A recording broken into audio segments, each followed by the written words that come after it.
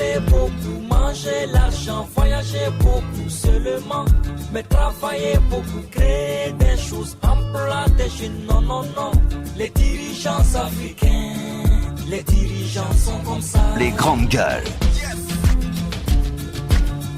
Bienvenue chez les GG en ce jeudi 4 novembre 2021.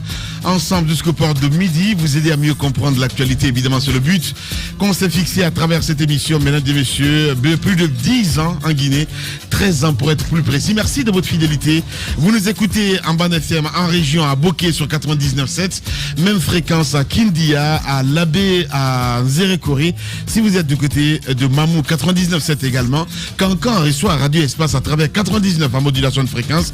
Merci à Sola Média qui relaye cette émission, mesdames et messieurs. Menu, on s'intéresse à l'actualité, l'économie numérique, économie du futur. Et la Guinée, à sa manière, semble en tout cas d'avoir compris, il faut le dire, cet état de fait. D'abord, à travers l'atterrissage du câble sous-marin, puis la construction donc d'un backbone national à fibre optique.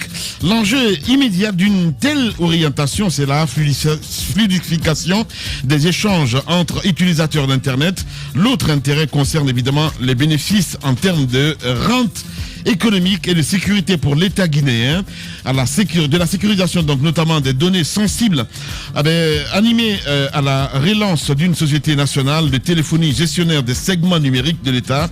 Dans quelles conditions ces projets sont-ils mis en œuvre? Nous posons cette question ce matin chez les GG. Et quels bénéfices la Guinée pourrait-elle en tirer?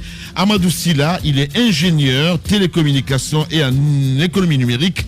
Il sera notre invité ce matin chez les grandes gueules sur Radio Espace Guinée. D'autres sujets viendront s'ajouter à tout ceci pour plus grand bonheur. Encore une fois, merci de rejoindre l'équipe des GG avec Daouda Mohamed Kamara. Bonjour. Bonjour Lamine, bonjour à tous. Bonjour à vous, Jacques Léo-Aleno. Bonjour Lamine, bonjour à tous. Mafoudi Abangoura, bonjour. Bonjour Lamine, bonjour à tous. Diba Milmono est avec nous. Vieux Diba, bonjour. Bonjour Lamine, bonjour à tous. Bien, bonjour à vous, mon cher Tamba Zakari Milmono. Bonjour Lamine. Bonjour à tous. Voilà, allez, il est là aussi, voilà. C'est l'intrus ce matin. Il s'est invité. Il s'est invité dans notre émission ce matin, évidemment. Antoine Kourouma, bonjour. Bonjour Lamine, bonjour à tous. Voilà, allez, on s'intéresse à l'actualité, évidemment, mes chers amis. Mon cher Jacques Léo-Aleno, RPG hier, voilà, il faut le rappeler, tumultueuse reprise d'activité hier, Jacques Léo.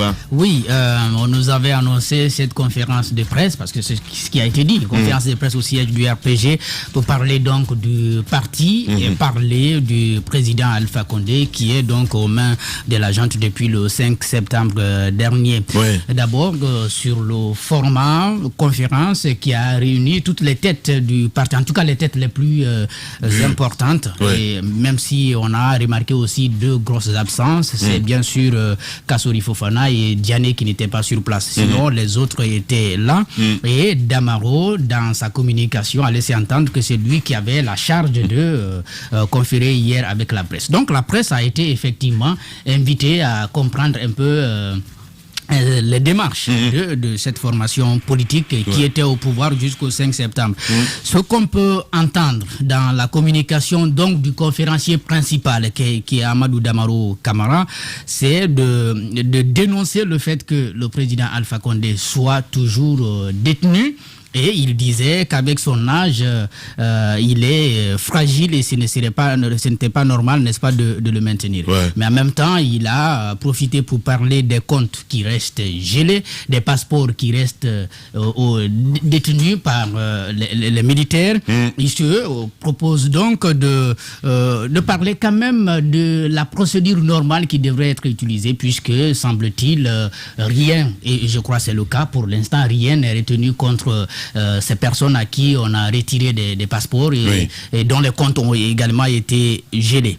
En plus de cela, il a parlé de la volonté du parti de participer à la transition. Donc, il a dit, nous sommes prêts à participer à toutes les structures de la transition. Donc, maintenant, ce qu'on peut bien entendu évoquer en substance, il y a la volonté de participer à la transition, Mais en même temps, comme Damaro, c'est sa communication, parfois même si vous êtes sur un bon plat, il va quand même parler de guerre. Ah bon, vous prenez beaucoup devant moi, je ne veux pas de guerre. Même si vous êtes en train de danser, je ne veux pas de guerre. C'est pas pourquoi. Il est très collé à la question de la guerre, même si c'est pour la détester, mais je ne sais pas en conférence de presse qu'est-ce que le mot guerre vient chercher là. Donc il a utilisé ce mot. Nous ne voulons pas la guerre, nous voulons que le parti soit à même d'obtenir, de voir, n'est-ce pas, son président dehors, peut-être de reprendre ses activités. Et l'autre chose qui est apparue dans la conférence, c'est bien sûr la guerre interne, lorsqu'il a traité un cadre ou bien des cadres du parti des charognards, ceux qui s'empresseraient de prendre, n'est-ce pas, l'héritage du président Alpha. D'accord, au sein du parti même. Au sein du parti. Ça, c'est du Damaro. Ça, c'est du Damaro, donc il parle de charognard. Bon, les gens ont pensé directement à Jakaria Koulibaly, autour de qui il y a beaucoup de communication ces derniers temps. On suppose qu'il y a une frange de la jeunesse qui voudrait le voir à la tête du parti politique. Il a dit, bon, s'il veut, il vient ici, mais on ne prendra pas le parti pour le lui envoyer chez lui. Maintenant, le mot charognard est sorti, évidemment. Donc ça dénote qu'il y a, n'est-ce pas, des guerres internes qui restent là. Et puis, le côté noir, c'est bien sûr cette violence exercée sur un journaliste, parce qu'il a posé une question justement sur Jakaria Koulibaly. On n'a pas pu le comprendre. On vous a posé une question, mais vous répondez. Mais si vous trouvez d'autres jeunes en conférence de presse pour s'abattre sur un jeune, le sortir de là, l'amener quelque part, c'est pas ce qu'on a pu lui faire. En tout cas, il a été violenté. Je crois que ce parti qui dit renoncer ou qui dit être opposé à la violence ne l'est pas vraiment, parce que je me rappelle encore que lorsqu'ils étaient au pouvoir, ils ont également agressé des journalistes au siège. Voilà. Ben, c'est des incidents qui peuvent arriver. Il n'y a pas que RPG. Mais je suis désolé. Attendez. Ben voilà. Allez, jetez-moi la pierre. Jetez-moi la pierre, comme vous voulez. Comme vous voulez. Jacques. Non, Lamine. Non, la parti au pouvoir, avec notre équipe de politiquement correcte au siège du parti, on a agressé, n'est-ce pas, nos journalistes. Le parti était encore au pouvoir. Ce ne sont pas des incidents. Je ne suis pas en train de valider ce qui s'est passé du côté de RPG Arc-en-Ciel. Je dis, ce n'est pas qu'au parti RPG Arc-en-Ciel que c'est arrivé. Voilà. Non, ça c'est important. C'est important de le rappeler. C'est arrivé. C'est arrivé. Voilà. Les violences sont intervenues dans deux formations politiques dans ce pays. Mais les contextes ne sont pas les mêmes. À l'UFDG, il y avait une bagarre. C'était véritable. Et puis l'incident est arrivé. On a vu. Allez-y. La récurrence au siège du RPG, c'est là-bas, il y a la violence. N'importe quel parti politique. Bien. L'UFDG, c'est vrai qu'on déplore aujourd'hui la mort de notre confrère, mais lorsqu'on parle de... Non. Mafoudia, s'il te plaît, laisse aller. Je pense qu'il faut même sortir de cette comparaison. Je vais terminer. Je ne fais pas de comparaison, mais je dis encore, nous déplorons bien sûr la mort de notre confrère au siège de l'UFDG, mais lorsqu'on parle de violence sur les journalistes à des sièges, je ne parle pas sur le terrain, mais à des sièges des partis politiques, la récurrence, elle est plutôt du côté du RPG Arc-en-Ciel. Et ça, vous ne pouvez pas me le nier quand même. Aujourd'hui, qu'on dise qu'un journaliste se lève pour poser une question d'ailleurs dont vous avez pu aborder vous-même dans votre communication, que vous trouviez cela comme une attaque contre votre parti, et que les journalistes restent là, qu'on violente votre confrère, qu'on le séquestre quelque part, et vous acceptez de continuer de suivre je ne sais même pas si c'est une conférence de presse ou c'est une assemblée test pour savoir est-ce que le CNRD est-il vraiment prêt à nous arrêter ou à nous laisser continuer. Moi je dis que c'est une rencontre test au CNRD, et que les journalistes acceptent que leurs confrères soient violentés, séquestrés, et qu'ils continuent à suivre encore les activités du même parti. Je me dis par quelque part que ce ne sont pas les militants du parti, mais c'est les journalistes qui ont accepté de continuer là. Mais on devait tout abandonner. Quand même, mon cher Daouda. Non. Voilà, nous on a été blacklistés du côté des RPG. C'est pas pour autant qu'on a dit qu'on va pas aller couvrir. Mais pour cette activité particulière, on ne devait pas continuer. de couvrir l'activité. J'ai bien compris. Que le journaliste est séquestré, tant que le journaliste est séquestré, et on le sort, je vais terminer sur ce point, on le sort, on lui demande de quitter. Et les journalistes ont continué à suivre. Ouais, tout le monde devait partir là. Mais on l'a laissé. Ouais. Et jusque-là, on n'a pas entendu une seule association de presse qui lève le petit doigt pour dénoncer cela. Et cela passe comme ça. Et quand on prend la communication de M. Damaro, et avec toutes les figures désolantes qu'on a vues hier du côté du RPG Arc-en-Ciel, je crois qu'aujourd'hui, comme je l'ai dit, ce sont des activités, ce sont des communications tests. Ouais. Parce qu'il y a eu une première sortie, il y a eu une rencontre entre le RPG Arc-en-Ciel et ses alliés et le CNRD. Il y a eu des points qui ont été mis sur les J par rapport à leur communication, par rapport à leur démarche aujourd'hui. Oui.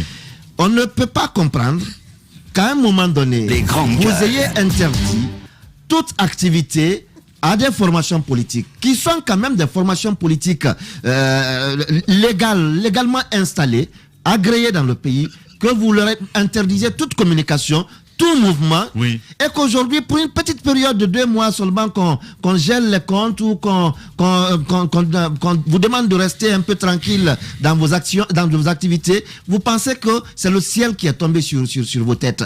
Aujourd'hui, le RPG n'a pas à se fâcher. L'UFDG, le président de l'UFDG, celui d'Alain Diallo, il est resté combien de temps en prison à ciel ouvert ici, il ne sortait pas. Et on lui a tout interdit, même s'il doit se déplacer. Il est suivi partout, il n'était pas que seul. Il y avait Syria Touré qui a eu l'échappatoire et qui allait se réfugier quelque part quand le CNRD est venu, il est retourné au pays. Beaucoup d'autres comme ça. Et que le RPG veuille aujourd'hui, je suis bien d'accord que et le parti se réveille et se disent que nous voulons compétir, nous voulons reconquérir le pouvoir, parce que c'est une communication politique. La chance qu'ils ont aujourd'hui, c'est que c'est l'un des partis politiques guinéens qui soit le plus installé à travers le pays. Dans tous les villages aujourd'hui, le RPG existe. Et c'est là, ce n'est pas par amour pour le RPG, mais c'est que il y a pas un mythe non plus. Non, il y a un mythe qui entoure toujours Alpha Condé aux yeux de ses militants qui pensent que c'est lui sauf que Alpha Condé ne veut pas de successeur. J'y arrive. Il y a ce mythe que les militants du RPG ont construit autour de Alpha Condé, c'est-à-dire c'est l'homme providentiel, c'est lui ou rien. Ouais. Et lui aussi, il a abusé de cette confiance que les militants lui ont fait. Parce qu'il pouvait au moins, aujourd'hui, on ne serait pas en train de dire que nous allons reconquérir le pouvoir, nous allons faire ceci. S'il avait préparé quelqu'un, on ne serait pas là où nous sommes aujourd'hui. Mais Alpha Condé s'est montré hostile à toute succession au sein du parti. Ouais. Mais les gens ont continué à le suivre. Parce qu'on n'a pas continué à le suivre parce que on avait l'amour pour le parti ou pour la reconquête du pouvoir. Mais c'est parce que quelque part, à un moment donné, les intérêts des uns et des autres étaient là. Il fallait sauvegarder les intérêts, même si le parti mourait. Parce que le parti, il faut le dire, la structure le schéma, il existe, mais le parti réellement, il n'existe pas en tant que tel, en tant que parti politique bien structuré. Aujourd'hui, on peut dire qu'il y a un secrétaire permanent, il y a un secrétaire général, il y a celui qui parle aujourd'hui au nom du parti par rapport au comité de crise qui a été mis en place, mais le parti en réalité, on le dit, mais il n'est pas à cette structuration qui permette de revenir aujourd'hui si vite au pouvoir si le parti ne se remet pas en question, parce que là, l'ombre d'Alpha Condé continue encore de planer sur le parti. Voilà. Dans un instant, nous continuons le débat sur Espace TV. Les journées passent à un rythme fou. On finit par s'oublier, à s'occuper de tout, sauf de nous. Parfois, ça fait du bien de se rappeler qui on est. Moi, j'écoute Radio Espace Guinée. Ça me fait du bien. Radio Espace Guinée. tous les matins sur Radio Espace, mais aussi sur Espace TV. Mesdames et messieurs, débat, on continue le débat avec vous, évidemment avec cette rencontre, je veux dire, cette conférence de presse hier. Oui, la conférence d'hier, d'abord, moi j'ai vu un peu des réactions sur la toile des citoyens qui s'indignaient le fait de voir les cadres qui ont géré le pays à un moment donné à cette assemblée, à cette conférence qui est quand même à l'allure d'une assemblée d'un parti politique. Donc les citoyens s'indignaient, mais moi j'aimerais rappeler une chose. Pour l'instant, le RPG Arc-en-Ciel et ses cadres peuvent continuer à porter la parole dans l'espace public parce qu'il n'y a pas encore une déchéance des droits civils et politiques. Ouais. Ça appartient à la justice. Donc même s'il y a une élection aujourd'hui, il peut participer à ces élections-là, il peut prendre la parole. C'est ce qui fait aussi la beauté de la démocratie. Même s'il faut comprendre aussi la colère des citoyens, parce que beaucoup estiment que si on est arrivé là aujourd'hui, c'est que c'est grâce à cause de tous ces cadres qui étaient réunis hier, pour la plupart, que ce soit un peu les crimes économiques, le troisième mandat, ainsi de suite. Mais pour l'instant, ils continuent à bénéficier de leurs droits civils et politiques. Maintenant, sur les propos de Damaro, moi, quand même, il a dit quelque chose hier qui m'a beaucoup touché. Lorsqu'il dit que Alpha Condé est très âgé, et l'on sait, lorsqu'on arrive à cet âge-là, n'importe qui est fatigué. Incroyable. Donc, j'aurais voulu quand même de rappeler à Damaro, il y a une année, qu'ils ont poussé cet homme quand même à aller vers un troisième mandat, sachant qu'il était fatigué, qu'il était âgé. Je crois la rencontre qu'ils ont eue, il aurait dû l'avoir il y a une année, pour dire Alpha Condé ne va pas vers un troisième mandat. Nous avons des jeunes au sein du parti, on pouvait préparer la succession, mais ils ne l'ont pas fait. Une année après, ils sont là et ils disent Alpha a agi, il est fatigué. Je pense que c'est une communication qu'il faut rectifier, qu'il faut corriger, parce que cette communication se retourne contre le parti. Ça, c'est un. Deuxièmement, l'image qu'ils sont en train de montrer, je pense qu'il y a un malaise au sein du RPG. Au-delà même de la crise exogène, la crise, elle est endogène d'abord. Parce qu'il y a une guerre de succession qui est en train de se profiler à l'horizon.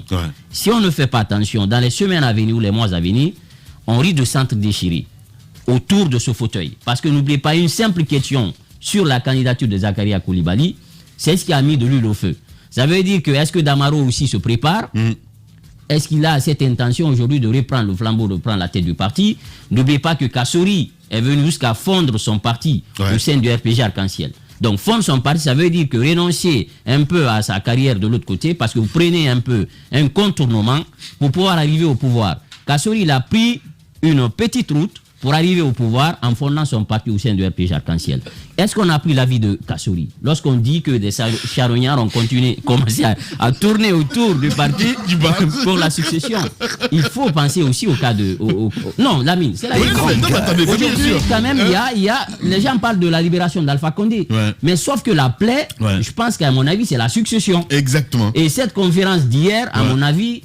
Le cas Alpha Condé n'était qu'un paravent. C'est vrai qu'aujourd'hui, on a dénoncé le fait que quand, après le coup d'État, personne n'a pris la parole. C'est seulement les jeunes qui ont condamné le fait que le champion a été arrêté. On attendait quand même à ce que les cadres prennent la parole pour dénoncer cette arrestation. Mais regarde, en image, à l'instant, on voit ce journaliste, évidemment, qu'on est justement, qui a été sorti de la salle. Donc, j'ai vu ce matin Sidi qui condamnait cela, qui appelait la profession à monter au créneau pour condamner. Et on l'aurait fait quand même, on l'aurait fait. Donc, moi, rapidement, sur la question de la succession, je pense que le nerf de la guerre, c'est celle-là. C'est même pas la libération d'Alpha Condé. Parce que Alpha Condé, Damaro l'a dit, il se porte bien selon la communication qu'ils ont eue avec le CNRD. Alpha Condé se porterait bien. Il a son tout va bien. Donc, le cas Alpha, ce n'est qu'un paravent. Moi, je pense que la guerre, c'est au niveau de la succession. Et cette succession-là, je crois, il faudrait que les bases, les fédérations, préparent bien cette succession. Parce que déjà, Damaro, ils sont pressés. Ils ont dit, aujourd'hui, on a les ressources et les moyens de reconquérir le pouvoir. Et lorsqu'il le dit, je sais qu'ils ont des cadres, je sais que le parti est bien organisé, mais est-ce que dans le subconscient de l'opinion... Non, le parti est riche, le parti a des moyens. Mais lorsqu'il dit qu'il se prépare déjà à reconquérir le pouvoir, j'aimerais que quand même Damaro tâche le terrain pour comprendre un peu qu'est-ce que l'opinion aujourd'hui pense de RPG. Ça doit inspirer tous les partis politiques qui viennent au pouvoir. On a vu le PIP, comment le PIP a terminé, on a vu le PDGRDA. Lorsqu'on n'accepte pas la succession au sein des partis, c'est que le parti, si vous ne faites pas attention, le parti est appelé à disparaître. Tout dépend aussi du bilan du président déchu. Si le bilan, il est apprécié au sein de l'opinion nationale, les gens peuvent se dire attention, bon, c'est un parti à qui on peut faire confiance. Il y a aussi cet aspect. Mais bon, on sait qu'il y a la question sociologique. Le RPG, quoi qu'on dise, il ne faut pas donner le parti pour mort quand même. Parce que c'est un parti qui a un ancrage, ça il faut le rappeler. Et Alpha Condé continue à bénéficier de cette domination charismatique. Comme ce fut aussi le cas du PUP. Le PUP, comme ça peut aussi disparaître. Donc l'un dans l'autre, je pense qu'il faut faire attention et ne pas aussi titiller certains qui aujourd'hui ont préféré garder le silence. Évidemment. Allez-y, Mafoudia Bangoura. Je pense qu'avec le PUP et le RPG, il y a une petite différence. Le RPG, ça a été formé, je crois, après l'arrivée du président Lansana Conté au pouvoir. Et il y avait plus de gens qui l'avaient rejoint. Il était déjà au pouvoir. Contrairement au RPG, qui a quand même une base très, très solide. On se rappelle des moments d'exil du professeur Alpha Condé. Il y a eu un travail qui a été effectué sur le terrain. C'était ça, Alpha Condé. C'est pour vous dire que même si Alpha Condé ne vivait pas aujourd'hui, il ne faut pas minimiser la base du RPG Arc-en-Ciel. À tout moment, ils peuvent repartir de plus belle. Quant à la communication d'Amaro Camara, ça m'étonne beaucoup parce que je sais qu'il figure parmi les plus grands communicants dans l'arène politique guinéenne. C'est un monsieur qui ne sort jamais au hasard. Chaque fois qu'il sort, il y a un objectif précis. C'est ma remarque personnelle. Et lorsque c'est vrai qu'il s'amuse à souvent employer des termes comme guerre, ça va sans dire que ça noie forcément, parce qu'après il peut parler de paix comme il a essayé de le faire hier en disant on veut la paix, mais après la question qu'on se pose, c'est pourquoi, d'où la nécessité de placer le mot guerre. On ne parle pas de guerre. Venez parler de votre président, de sa libération, c'est normal. Et même vous réorganiser politiquement, c'est leur droit. C'est tout à fait normal. C'est pourquoi moi, à un moment donné, ce sur quoi je veux inviter les cadres du RPG Arc-en-Ciel, les militants, les sympathisants, c'est de faire un travail interne. Pas externe. Externe, ça viendra avec le temps. Interne, pourquoi? Parce que il y a des centaines de formations politiques. Mais la possibilité n'est pas donnée à tout le monde d'avoir le pouvoir. Le RPG a eu le pouvoir. Le RPG a eu 10 ans pour réaliser les promesses tenues. En 10 ans, peut-être certains vont dire il y a eu ceci qui a été fait, il y a eu cela qui a été fait, mais on sait que globalement, on se pose encore des questions parce qu'on sort au bout de 10 ans de gestion avec tellement de mots liés à la base même, ce qu'on aurait demandé, une formation adéquate, la santé et bien de choses et le tissu social qui a été effrité. Je pense qu'il est temps que le RPG se pose des questions sur ce qu'ils ont fait de leur gestion. C'est bien beau de vouloir conquérir le pouvoir, reconquérir même le pouvoir. Mais quand on a le pouvoir et qu'on ne sait pas quoi en faire, je pense que ça ne sert à rien de se battre pour conquérir le pouvoir. Et aujourd'hui, ils ont la possibilité de s'asseoir, de reconnaître d'abord à leur niveau qu'ils ont failli. Parce qu'on aurait pu faire de ces 10 ans de gestion 10 ans de rêve pour les Guinéens. Qu'ils se demandent qu'est-ce qui n'a pas marché. L'UFDG ne se poserait pas cette question par exemple, mais le RPG, oui. On a eu 10 ans pour faire quelque chose. On ne l'a pas fait. Pire, ils sont allés au-delà. Ils ont permis au professeur Alpha Condé d'aller vers un 3e mandat. C'est à ce niveau qu'on se demande, finalement, est-ce que c'est le RPG qui a fait tomber le président Alpha Condé ou c'est le président Alpha Condé qui a fait tomber le RPG Arc-en-Ciel? En fait, ça n'a pas été un duo de choc. Parce qu'un duo de choc, vous vous entendez sur quelque chose. Ils sont venus sur des principes. Lorsque le président de la République était simple député, il fallait le suivre. Il énumérait tous les mots, il incarnait l'espoir. Il est venu, il n'y a pas eu au sein de sa formation politique des cadres qui ont pu lui dire écoutez, voici ce qu'on a promis aux Guinéens. On ne va pas aller au-delà. Il y a certains quand même, Mafoudia. Non, globalement, oui, c'est vrai. Je me rappelle du cas de ce monsieur qui, lorsqu'il a tenu la parole, il y avait un autre Saloum. Dès qu'il a tenu les propos, on l'a écarté. Mais il y a cette grande frange qui s'est tue, qui a continué à applaudir. On a laissé le monsieur aller dans le mur et lui-même il s'est laissé aller dans le mur parce qu'il n'a pas permis, parce que tous ceux qui l'ont approché, en tout cas pour ceux qui sont proches de lui, beaucoup témoignent que c'est quelqu'un qui n'écoute pas. Donc finalement, entre la formation et l'homme, qui a trahi qui? Je pense que le RPG doit faire ce travail interne. Ce n'est pas exclu que le RPG revienne. Aujourd'hui, on a vu le PUP qui est en train de se refaire, même si c'est Fodé Bangoura qui est à la tête et qu'on aurait peut-être aimé les choses autrement. Mais voilà. Mais en fait, plus jeune, voilà, il y a la formation politique. Il y a les hommes, ils ne lâchent jamais. Il y a la formation, il y a les hommes.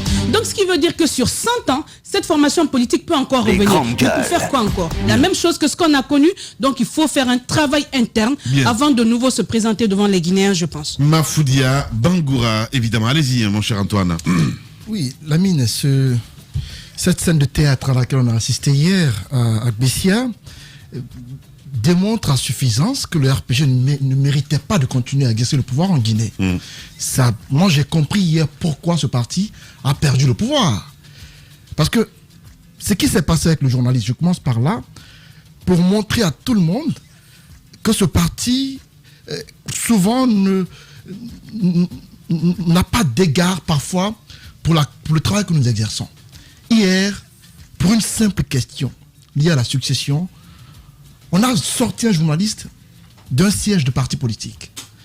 Mais je n'ai pas entendu un cadre du parti condamner cela, encore moins demander pardon à la presse qui était présente sur ces lieux. Mais ce n'était pas une conférence de presse. Je suis désolé. C'était une assemblée générale qu'on a qualifiée de conférence parce qu'on a jeté en pâture les journalistes. On ne mélange pas militants et journalistes à une conférence de presse. Une conférence de presse est dédiée aux journalistes.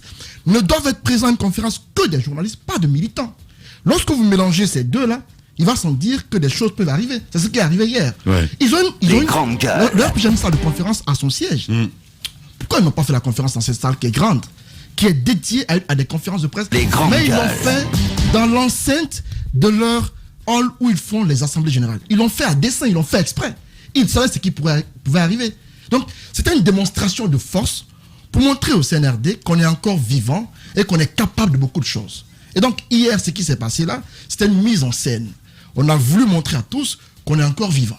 Le discours de Damaro, je crois qu'il n'a pas tiré de leçon de la convocation qu'on leur a faite récemment avec le CNRD. Ils ont été appelés, lui, Kassori, Diané et bien d'autres, pour les mettre en garde par rapport aux propos qu'ils tiennent. On leur a dit de faire attention aux prises de parole publiques. On leur a demandé de faire attention à ce qu'ils disent. Mais hier, j'ai l'impression que Damaro, il a déjà oublié cette forme d'invite qui lui a été faite.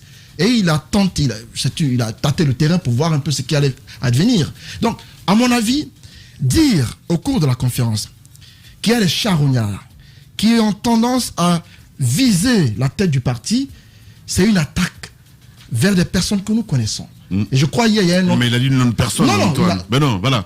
On ne va pas sous-entendre. Antoine, attention. Attendez que je finisse. Vous savez, Lamine. Comment ça, tu ne peux pas sous-entendre, les gars. Lamine, ils ont le don de parler, on a aussi le don de fouiner pour comprendre de quoi il s'agit. Non, mais attendez. T'as le don. Non, attendez. On a ce don-là. Antoine. On a ce don-là de comprendre. Non, on a ce don. Je suis désolé. On a ce don de. Il a dit le nom de personne. On a ce don de décrypter pour voir ce qu'il a voulu dire. Et on peut, à ce jour, avoir une idée des cibles vers qui était destiné le message de Damaro. Un nom a été déballé hier. C'est Diakara Koulibaly, dont le journaliste a parlé hier. Non, il y a des noms qui ont circulé par rapport à la succession, on ne va pas se voiler la face. Kassori Fafana est intéressé par le poste de président du RPG Arc-en-Ciel. Lui, Damaro est intéressé. De par ses propos, on a compris qu'il y a longtemps qu'il semble dire, parce qu'il était le conférencier principal hier, il semble dire que tous ceux qui s'agitent le font pour rien, parce que lui, Damaro, est intéressé par le poste de président du RPG Arc-en-Ciel. Et donc, je me dis que cette attaque-là, on sait vers qui c'était adressé. Bien. Dibala a clairement dit il y a une guerre interne qui existe. De l'autre côté, il parle du FNDC. Est-ce que le coup d'État a été fait pour le FNDC? Est-ce que le FNDC est à la base du coup d'État? Ou est-ce que c'est le FNDC qui gère le pays? C'est quoi l'opportunité de cette sortie? Ou de cette phrase? C'est quoi l'opportunité? Et c'était pas une première, parce que quand même, il y a eu des fuites quand tu parles de cet invite. Justement. Ça les dérange de voir. À ce jour, je ne vois pas. Justement, je ne vois pas en quoi on doit reprocher au FNDC de se mouvoir. On leur a interdit, on les a privés à un moment donné de liberté. Ils ont mené un combat. Si au bout du tunnel, par n'importe quel moyen, le pouvoir a été pris avec le RPG, et que d'autres personnes l'ont aujourd'hui, on ne doit pas leur reprocher de se réjouir de cela ou de se promener dans le monde. J'ai l'impression qu'on veut détourner le débat. Bien. Pour clore la mine, j'ai noté quelques aspects. Par rapport à la libération d'Alpha Condé. Parce que Damaro l'a évoqué hier, il a aussi évoqué le gel de leur compte. Il dit qu'il va porter plainte contre les banques qui ont gelé son compte. Parce qu'on ne lui reproche rien pour l'instant. Bon, c'est un pouvoir d'exception. Et je crois à ce jour, il serait important que nos anciens dignitaires se calment un peu. Ça ne fait que 2 mois. Presque 2 mois. Demain, ça fait là 2 mois qu'ils ont perdu le pouvoir. Ils n'ont qu'à se calmer un peu, parce qu'il n'y a pas longtemps, ce sont eux qui faisaient la même chose aux autres. Mais on a l'impression qu'ils ont du mal à supporter ce qu'ils subissent aujourd'hui. Il serait important qu'ils mettent de l'eau dans leur vin et qu'ils comprennent que la Guinée à changer. Bien. Il faut qu'ils essaient de revoir la méthode. Merci beaucoup, mon cher parce Antoine. Que j'ai vu des agitations hier de cadres qu'on a connus hier qui étaient agités. On a vu certains qui changeaient de look. Même de coiffure. Oh là. Voilà, on a vu des coiffures hier. Ça démontre que le pouvoir. C'est ça son problème en fait, mon cher Antoine. Ça n'a rien à voir. Mais à qui part, Maman Kane nous regarde en ce moment. C'est très important. Maman Kane nous regarde en ce moment. Tu parles de quelle coiffure là? Allez-y, s'il te plaît. Garçonnet là. Non mais voilà, je le retire la parole. Voilà, allez-y. J'ai vu des coiffures à la congolaise. On a vu ça hier. Congo. Donc, ce que je veux dire. Maman Kane nous regarde en ce moment. Oui, Maman Kane nous regarde. Voilà. Je sais qu'elle était l'ancienne ministre, il faut le rappeler, de la coopération. Hier, avant-hier, je crois, elle était très en colère parce que on a dit qu'elle était mariée à Alpha Condé. Apparemment, ce n'est pas le cas. Je vous ai dit. Oui, elle dit que le mariage annoncé n'a pas eu lieu. La cola, telle qu'on a annoncé, n'a pas été offerte aux parents. Tout ça. Le mariage n'a pas été pour une deuxième fois faite entre Alpha Condé et Maman Kane. Elle a tenu à apporter cette précision-là. Voilà. On l'a rectifié ce matin à l'antenne. De l'autre côté, par rapport à Adi Bari, au ministère de la Coopération, c'est Makale Camara qui était aux prises avec Adi Bari. Donc tu as confondu. On l'a confondu avec Pas on l'a confondu, tu l'as confondu. On parle des grandes gueules. On parle des grandes gueules. Les grandes gueules. Antoine, assume. Je sais que tu es très courageux. Donc, on l'a confondu avec Maman Kane. Bien. Et donc, ce matin, il fallait le dire. Merci beaucoup. C'est plutôt Makale Camara qui était aux prises avec elle. Les deux se ressemblent, il faut le dire clairement. Maman Comment Kane, ça, Antoine, mais non, ne rends pas. Il va dormir encore. Allez, Antoine, s'il te plaît, calme-toi. Bien, allez. Il est toujours égal à lui-même, mon cher Antoine. Allez-y, Tamba Zakari. Ça me rappelle mon cousin qui allait voler du maïs au champ. Quand on demande à qui a volé, on dit non, on a volé. C'est ce qu'Antoine fait ce matin. Là. Il ne veut pas assumer que c'est lui. Ouais. Alors, moi, je veux embrayer sur le propos de Antoine. Il demande à ses anciens dignitaires de se calmer, de se taire. Moi, je pense qu'ils se sont déjà suffisamment calmés. Ça fait 2 mois que des comptes ont été gelés. Ils n'ont pas accès à la totalité de leurs avoirs.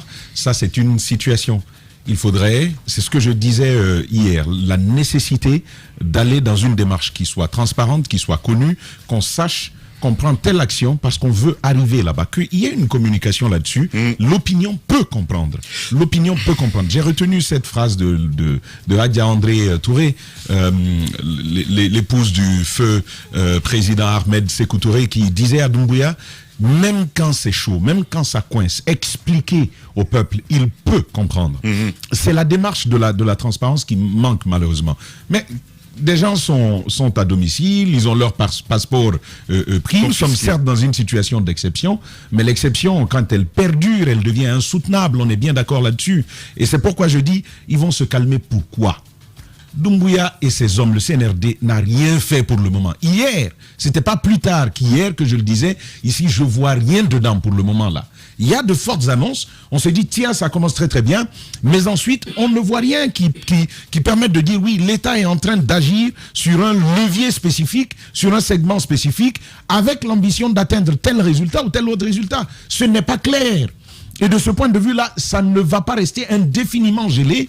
On ne va pas retenir leur passeport de façon indéfinie. Et on ne peut même pas dire qu'ils sont bons ou mauvais, parce qu'il n'y a même pas un début, en tout cas de communication, pour nous dire voici ce qu'on va faire contre eux. Ça, c'est important. Et c'est tout le problème. Et je pense que Damaro a raison là-dessus de dire, d'abord de tenir ce type de rendez-vous. Il a raison de dire qu'il va porter plainte, parce que jusque-là, on ne sait rien. Ouais. La démarche n'est pas expliquée. Ouais. Donc, ce n'est pas parce qu'on est dans une situation d'exception et qu'on a, il faut quand même le dire, on a l'adhésion. On était dans les situations normales. Je vais y venir. Il y a eu des actions anormales qu'on a vécues. On les a condamnées. On les a condamnés, mais est-ce que de là à vouloir que... Tu vas l'écouter, s'il te plaît, voilà. Daouda. Voilà. Donc, tu vas comprendre un peu plus tard. En terminant sur ce premier levier, moi, je pense qu'il faut que le CNRD hâte un peu le pas sur cette situation. Exact. Il faut qu'il hâte le pas. Je suis pas là à dire rendez leur tout et tout. Je posais la question au gouverneur la dernière fois. Ce qu'il ne voulait pas nous dire, c'est que nous apprenons que tous les comptes de ces dignitaires ont été dégelés. Et ils ont la possibilité d'accéder, de faire des retraits jusqu'à hauteur de 50 millions. Ok. Sur chacun des grandes gueules. Ça, c'est la situation. Pas au-delà, en tout cas, d'après l'information que nous avons eue. Et j'avais posé la question, est-ce que les 50 millions sont mensuels? On nous a dit non, la limite des retraits, pour le moment, c'est 50 millions. Mais dans quelle durée? Il faut que le CNRD hâte le pas. Et puis, Diba disait que le débat sur la succession de M. Alpha Condé, il va arriver, il se profile à l'horizon. Il ne se profile plus, hein. Il leur est tombé dessus. Ouais. Maintenant, ils sont obligés de poser le débat. C'est vrai.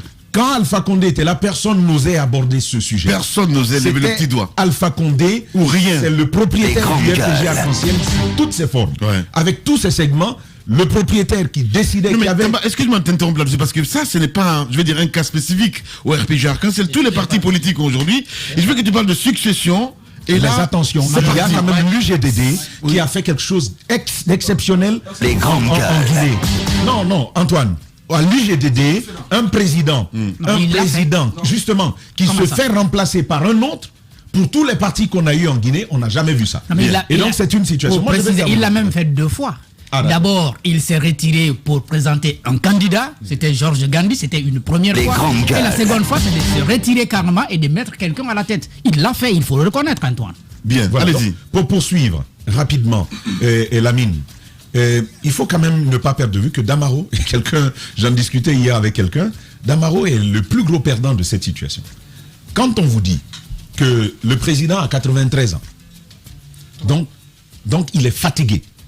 Vraiment fatigué pour un poste aussi harassant que le poste de président de la République. 93 ans? Non, je dis 83. Okay. Ouais. Pardon, j'avais en rajouté 10 à la Mais parce que ça, on apprend aussi qu'on a à Lévis, en fait, voilà. Oui, c'est certainement l'âge fonctionnaire. Ouais. C'est certainement l'âge fonctionnaire. Donc, on vous dit que le président de la République a 83 ans et donc fatigué. Mieux, et c'est pas moi qui le dis. Hier, on a reçu quelqu'un dans ce studio qui nous disait qu'on lui avait détecté une maladie irréversible, plus ou moins condamnée. C'est ce qu'ils disent. Quand vous avez ce type d'information, vous êtes le président de l'Assemblée nationale, au terme de la nouvelle constitution, vous savez que si ça se passait, c'est vous. C'était lui. Mais je comprends. Voilà. Donc c'était lui. Je capte mieux.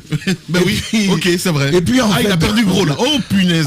Voilà. Donc et quelqu'un voilà, et la personne me disait en fait lui dans son analyse, il trouve que le coup d'État c'est contre Damaro, c'est pas contre Alpha Condé. Les grandes gueules. Oui, c'est vrai. Il trouvait que le coup d'État c'était contre Damaro, mais pas contre Alpha Condé, parce qu'Alpha Condé, bon, enfin. Mais je vois. Donc voilà. Et vous avez vu. Il a vu. Vous avez vu les éléments. Exactement. Vous avez vu les éléments de langage de Damaro. Ouais. Je pense que, et je crois que c'est Maf qui le disait, il n'y a rien de fortuit chez lui, c'est vraiment quelqu'un de très calculé, de très rationnel. Le vocable de guerre n'est pas nouveau chez lui. Vous vous rappelez lorsqu'il y avait cette tractation autour du 3e mandat, il avait dit à Cellou Dalein Diallo, nous n'avons pas peur de la guerre, je suis du Konya. On est habitué à la guerre. Et c'est revenu plusieurs fois, c'est le même qui revient. Mais Lamine, moi, il y a quelque chose d'intéressant. C'est quand même un discours qui ressemble d'assez près à celui d'Alpha Condé en des moments difficiles. C'est-à-dire frondeur, qu'est-ce que la loi dit, on s'en fout. Nous, on dit ce qu'on a à dire, pourvu que ça puisse recueillir des acclamations et de l'adhésion de l'aile dure du RPG Arc-en-Ciel. Et ça présente Damaro comme celui qui a le mieux... le sauveur. Porter le message. Exactement, porter le message, qui a le mieux épousé l'héritage de M. Alpha Condé. Et donc devenant ainsi celui qui est le mieux indiqué pour lui succéder. Je pense qu'il y a ce travail de communication que Damaro opère rapidement, mais je veux terminer avec ceci. Sur le journaliste. Moi, je vais déjà dire au RPG, bienvenue dans l'opposition, même si ce n'est pas encore là-bas. Ils vont voir un peu dans quoi les autres partis politiques, ils vont revoir, parce qu'ils connaissent bien. Mais ils vont revoir dans quoi les autres partis... resté quand même 40 ans dans l'opposition. Oui, mais ils vont revoir. Voilà. C'est pourquoi j'ai dit ils vont revoir. Mais Lamine, les grandes gueules. Quand tu es pauvre, et puis Dieu te bénit, tu deviens un peu riche, tu changes d'habitude, tu apprends du confort. Réapprendre la pauvreté n'est pas facile. c'est très très compliqué. C'est plus simple de vivre toute sa vie pauvre que de redevenir... il devient fou. Voilà, donc vous voyez, et c'est tout le problème que l'on a. Et il y a même des réflexes. Vous avez vu l'action hier sur le journaliste. Ça, ce sont les réflexes du pouvoir. Ça, c'est les réflexes du pouvoir. Un opposant qui cherche le pouvoir ne chasse pas un journaliste. Ça, c'est un opposant qui vient de perdre le pouvoir et qui n'a pas encore compris qu'il a perdu le pouvoir. Comme ça. C'est pourquoi on dit aux journalistes, ne pose pas cette question. Sors. Merci. Et puis on l'a mis dehors. Bon, maintenant, nous les journalistes, merci Tamba. Nous les journalistes aussi, il faut qu'on réagisse à ça. On l'a fait pour l'UFDG. On va le faire pour le FDG Arc-en-Ciel. On a le droit de poser des questions si on nous dit vous avez le droit d'accéder à une salle. La question a été posée, on ne devait pas le lui faire. Un boycott, je ne serais pas contre. Voilà. Tamba Zakari Milimono. Moussa Moïse, là, bonjour et bienvenue, mon cher Moussa. Merci. Voilà, vous avez suivi aussi cette conférence de presse hier, Moussa Moïse. Qu'est-ce que ça t'inspire? Ce que ça m'inspire, c'est que le RPG n'entend pas se laisser mourir. Le parti au pouvoir a encore du jus. Du moins, c'est dignitaire. Ceux qui ont l'ancien parti au pouvoir a encore du jus, c'est dignitaires qui ont été... qui ont quitté le pouvoir il n'y a pas longtemps ont encore, je dirais, des ressources. Ils ont encore une sorte de combustible qui leur permet donc de faire fonctionner le parti ou de se créer de petits comités de soutien au sein de ce même parti. Parce que ce que j'ai pu observer hier, c'est moins la volonté d'agir au plus vite pour que le président Alpha Condé soit libéré, pour que le professeur Alpha Condé soit libéré.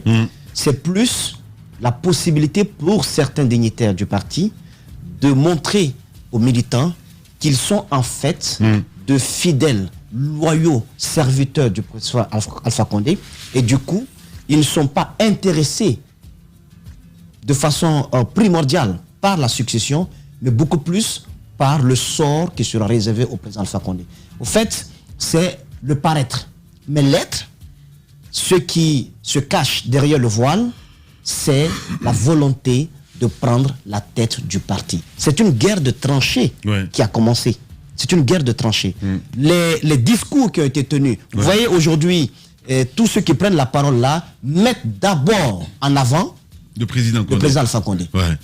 Pas parce qu'ils voudraient qu'il soit libéré afin qu'il revienne prendre la tête du RPG ou qu'il puisse être remis au pouvoir. Non, ils le font parce qu'ils savent que le monsieur, avec son âge, avec ce qui s'est passé, on l'a pris de ses couturiers à la RTG et tout cela, donc il bénéficie d'une certaine sympathie de la part de ses militants. Donc, être son protecteur, être son défenseur, vous attire de façon indirecte l'assentiment des militants de ce même parti politique. Donc c'est un calcul, c'est un jeu politique, c'est un comportement machiavélien. Ça n'a absolument rien à voir avec une quelconque volonté. Ça n'a absolument rien à voir avec une quelconque volonté. Oui, ça n'a absolument rien à voir avec une quelconque volonté de sortir le professeur Alpha Condé de là. C'est fait à dessein. Ça, c'est la première partie. La deuxième partie, c'est que... C'est cynique. Oui, mais c'est cela la politique. C'est cela la politique. Mais écoutez, moi, je ne veux pas répéter ce que mes confrères ont dit, mais mettre en avant aujourd'hui, parce que 2 mois en arrière ou 3 mois en arrière, on n'aurait jamais compris, en tout cas au sein du RPG, ou du moins du côté de l'ex-président de l'Assemblée nationale, que le professeur Alpha Condé est frappé par l'âge. L'âge n'était pas une sorte de critérium, ça ne venait pas, c'était pas un argument. Et d'ailleurs, c'était pas le bon moment. Parler d'âge, 2 ou 3 mois en arrière, Damaro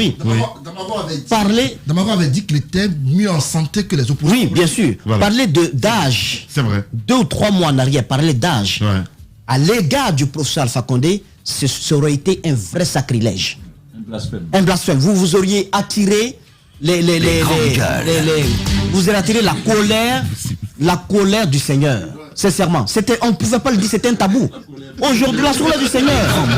Parce qu'aujourd'hui, on le dit clairement, parce qu'on se dit, c'est fini.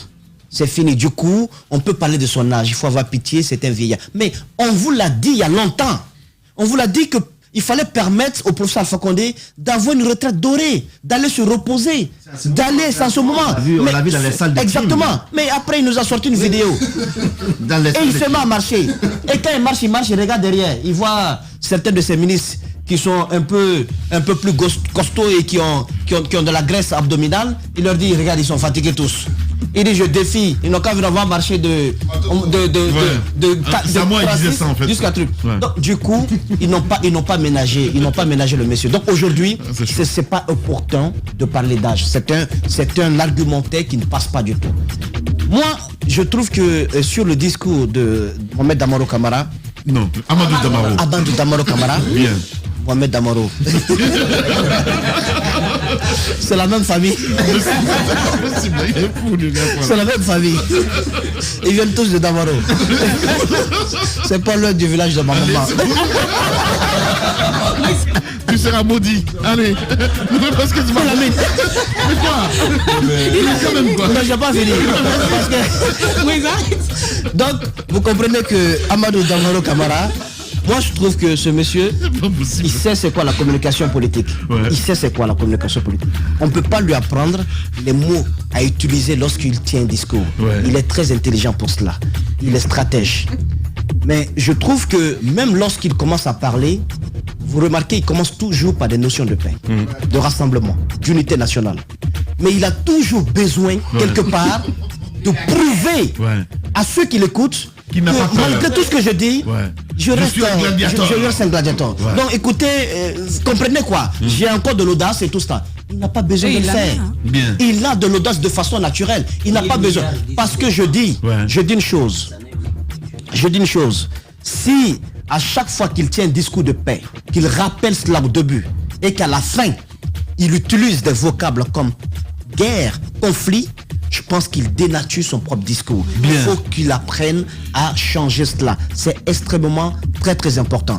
Et il ne faut pas également oublier que tout ce qui se passe au niveau du RPG renvoie des messages au niveau du CNRD. C'est-à-dire qu'il faut qu'il y ait un outil qui permette aujourd'hui aux anciens dignitaires du régime de pouvoir s'expliquer sur ce qu'ils ont fait de leur gestion. Il n'appartient à personne de prendre un quelconque décret ou je sais pas moi, de prendre de donner une quelconque injonction à un quelconque militant du RPG ou un quelconque cadre du RPG pour lui dire tu n'as plus le droit d'agir politiquement ou quoi. Il faut une méthodologie. Puisque le ministère de la Justice existe désormais, mettons en place, le CNRD doit mettre en place un schéma par lequel les anciens dignités vont s'expliquer.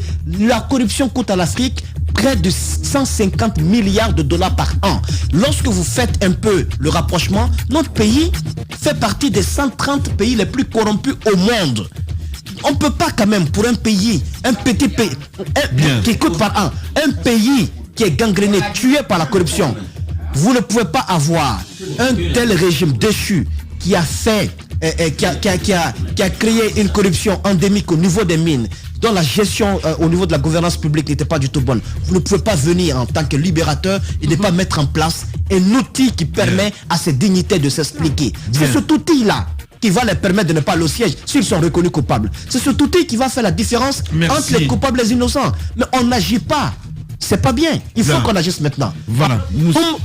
C'est pas un enfant de cœur. C'est le commandant du groupement des forces spéciales, président de la transition. En fait, j'ai comme l'impression que certains sont en train de faire croire l'opinion que c'est en fait un enfant de cœur. Il n'en est absolument rien, mais ceux qui sont autour de lui doivent pouvoir lui donner de la méthodologie à mettre en place pour que des explications aient lieu. Moi, je veux savoir ce qu'on a fait de nos deniers publics, dans les mines, dans les infrastructures, dans les travaux publics. C'est important que l'on le sache. Bien. Moussa, Moïse, Silla, coup de sang ce matin. Les journées passent à un rythme fou. On finit par s'oublier, à s'occuper de tout, sauf de nous. Parfois, ça fait du bien de se rappeler qui on est. Moi, j'écoute Radio Espace Guinée. Ça me fait du bien. Radio Espace Guinée.